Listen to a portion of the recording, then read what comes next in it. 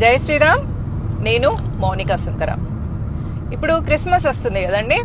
మన చుట్టుపక్కల ఉన్న క్రిస్టియన్స్ మనకి కేకో వాళ్ళ స్వీటో ఏదో ఒకటి తీసుకొచ్చిస్తారు. తీసుకోకండి. ఎందుకంటే వాళ్ళు మనం ఏదైనా తిరుపతి ప్రసాదం ఇచ్చినా, దేవుడి దగ్గర కొట్టిన కొబ్బరికాయ ఇచ్చినా వాళ్ళు తినరు. ఇప్పుడు క్రిస్మస్ సెలబ్రేషన్స్ ఉంటాయి చర్చిలల్లా అని మనల్ని రమ్మని ఇన్వైట్ చేస్తారు. అదే మనం ఎప్పుడైనా మన ఇంట్లో సత్యనారాయణ వ్రతం చేసుకున్నా, గుళ్ళో ఏదైనా అన్నదానం అయినా రమ్మనంటే రారు.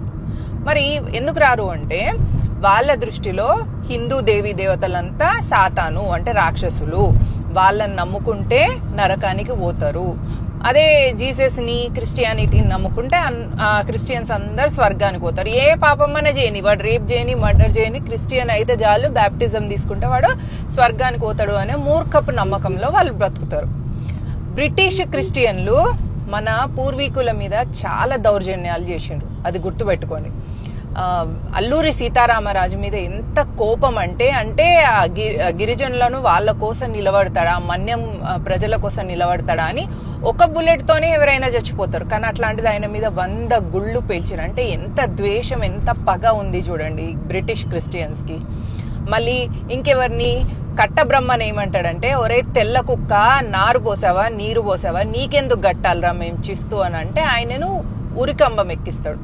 ఝాన్సీ లక్ష్మీబాయిని అయితే సజీవ దహనం అయినా కూడా మంచిదే గాని నువ్వు బతికుండకూడదు అన్నంత పగ పెట్టుకుంటారు ఆమె మీద. సుభాష్ చంద్రబోస్ శవం కూడా దొరకనీయకుండా చేస్తారు.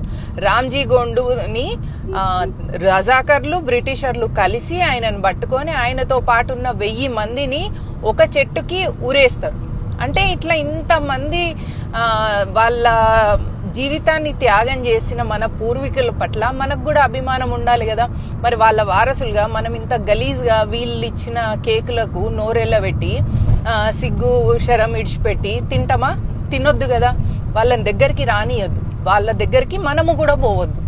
అయితే బ్రిటిషోడు 200 సంవత్సరాలు భారతదేశం మీద లూటీ చేసినా, ఏం చేసినా ఈ దేశాన్ని క్రిస్టియన్ దేశంగా మార్చలేకపోతున్నామని భావించి వాడు ఏమని ప్లాన్ వేసిండంటే, ఈ దేశంలో ఉన్నోళ్ళతోనే వీళ్ళను మత మార్పిడి చేస్తా, అంటే మన ఏళ్ళతోనే మన కన్ను పొడిపించుకోవడం కోసం మన వాళ్ళనే క్రిస్టియన్లుగా మతం మార్చి వాళ్ళ చేత మళ్ళీ మనల్ని మత మార్పిడి చేపించి ఈ దేశాన్ని క్రిస్టియన్ దేశంగా చేద్దామని పగబెట్టుకొని ఉన్నది బ్రిటిష్ క్రిస్టియన్ మతం.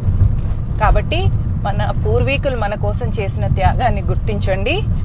క్రిస్మస్కి క్రిస్టియన్లకు దూరంగా ఉండండి. వాళ్ళ దగ్గర ఏమైనా షాపులు ఉన్నా కూడా కొనుక్కోకండి. వాళ్ళని ఆర్థిక బహిష్కరణ చేయండి. ఎందుకంటే క్రిస్టియన్లందరూ భరతమాతను అసహించుకుంటారు, క్రిస్టియన్లందరూ భారతదేశాన్ని అసహించుకుంటారు. క్రిస్టియన్లు చాలా మంది కూడా భారతమాతకి జై అనరు. వాళ్ళు అంటారు, పాస్టర్ అనేవాడు ఒకడు ఉంటాడు, భరతమాత అంటారు కదా, భరతమాతకి ఎంతమంది మొగుళ్ళు అట, వాడిని ఏ చెప్పుతోని కొట్టాలి మనం? కాబట్టి వీళ్లకు మన మీద, మన దేశం మీద, మన ధర్మం మీద ద్వేషం.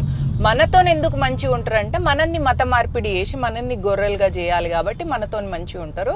ఇంటర్నల్ గా వీళ్లకు మన హిందూ ధర్మం అన్న ద్వేషమే, మన భారతదేశం అన్న ద్వేషమే, మన దేవాలయాలంటే అక్కడ సాతాను ఉంటాడు అనేది పిల్లలకు కూడా నేర్పించుకుంటారు వాళ్ళ పిల్లలకు.